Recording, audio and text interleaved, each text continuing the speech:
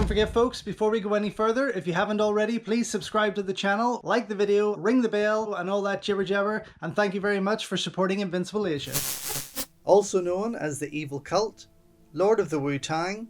Kung Fu Master, and the Sword Master, the epic Kung Fu Cult Master is a highly entertaining early 90s wuxia classic that offers plenty of over-the-top Wongjing madness, with a massive cast of Hong Kong greats and plenty of wild kung fu action.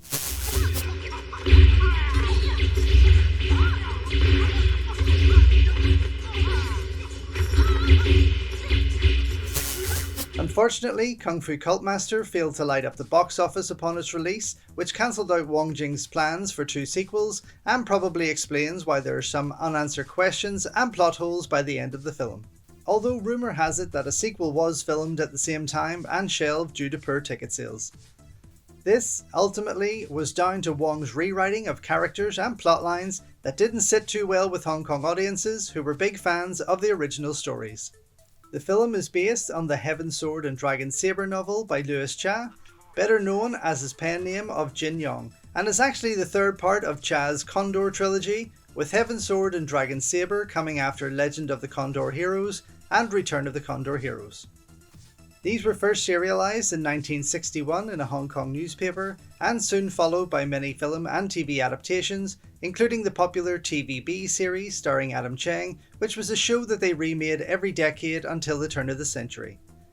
More recently, Hong Kong film fans were treated to a modern 2-part remake by Wong Jing himself, with the addition of Donnie Yen and Louis Ko, although I personally felt that they failed to deliver the same excitement and fun as this did.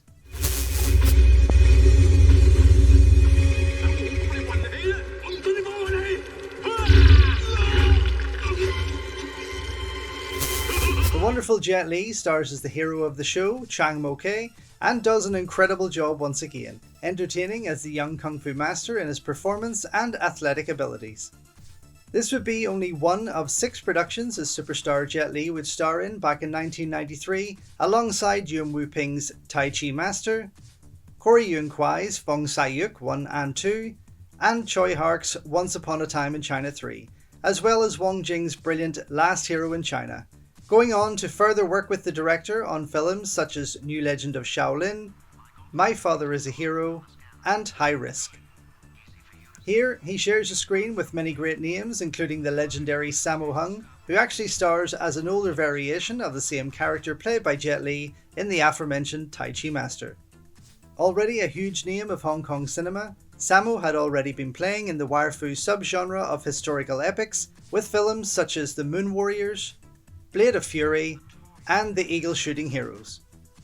Here, he doubles up as the action director, delivering a host of incredible and insane martial arts battles that, while defying the laws of gravity, prove to be truly exhilarating, such as the fast and furious fight between Jet Li and the Shaolin monk, and the epic battle around the 50-minute mark with hundreds of extras, amazing wire work, and blistering action that comes across like a ramped up version of the opening of Zhu Warriors from the Magic Mountain.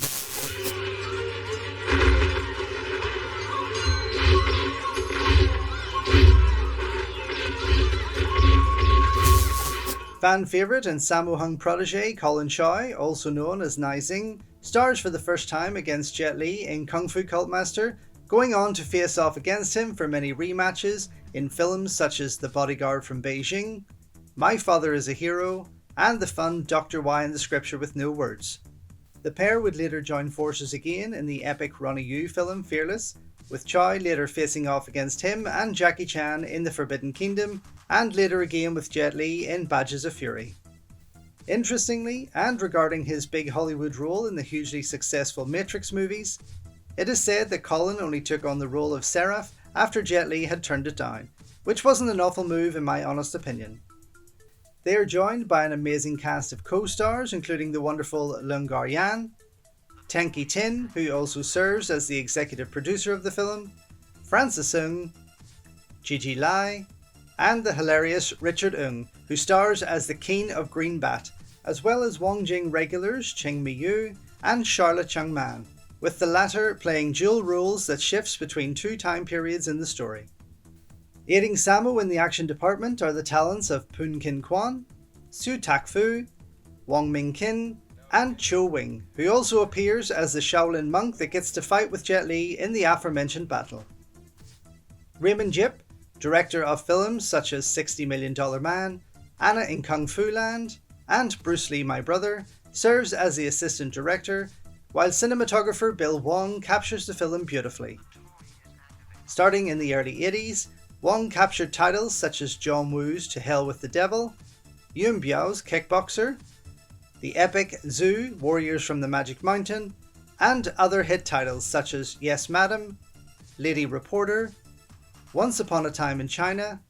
Women on the Run, and more.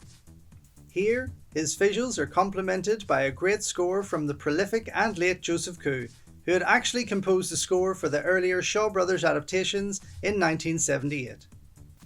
While new wave wuxia movies like this were a dime a dozen around this period of Hong Kong cinema, including titles such as Once Upon a Time in China, The Swordsman Trilogy, Handsome Siblings, Three Swordsmen, Dreadful Melody, Fire Dragon, Holy Weapon, Flying Daggers, and many more, one can't deny just how frenetic and entertaining Kung Fu Cult Master actually is, no matter how confusing it may be to many. But if a battle between clans with deadly martial arts masters, secret scrolls and techniques, heart-exploding suicide, magical palm strikes that sap Kung Fu powers, and countless extras flying through the air swinging blades at each other are your kind of thing, then Kung Fu Cult Master is worth checking out, and a prime example of what made Hong Kong cinema so amazing back in its heyday.